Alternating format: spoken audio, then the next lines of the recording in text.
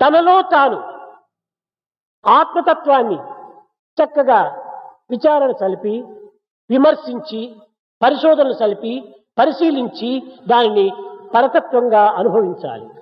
தன்னில் தான் ஆத்ம தத்துவத்தை நன்றாக ஆராய்ந்து விசாரணை செய்து பரிசோதனை செய்து பரிசீலனை செய்து அதை பரதத்துவமாக அனுபவிக்க வேண்டும்.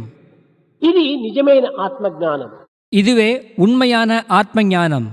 కనుక ఈ ఆత్మజ్ఞానానికి మనం ఏ గ్రంథమును చదవనక్కర్లేదు. இந்த ஆத்ம ஞானத்திற்காக நாம் எந்த புத்தகத்தையும் படிக்க வேண்டாம். కానీ అనుభవం ద్వారా కొంతవరకు సత్యాన్ని గుర్తించి దాన్ని సాధనలో ఇమిడ్చి మనము దివ్యమైనటువంటి మన స్వప్రయత్నం చేతనే దీన్ని సాధించాలి. ஆனால் அனுபவத்தின் மூலமாக சிறிதளவு சத்தியத்தை உணர்ந்து அதனை சாதனையில் கடைபிடித்து நாம் நம்முடைய திவ்யமான சுய முயற்சியினாலேயே இதனை சாதிக்க வேண்டும்.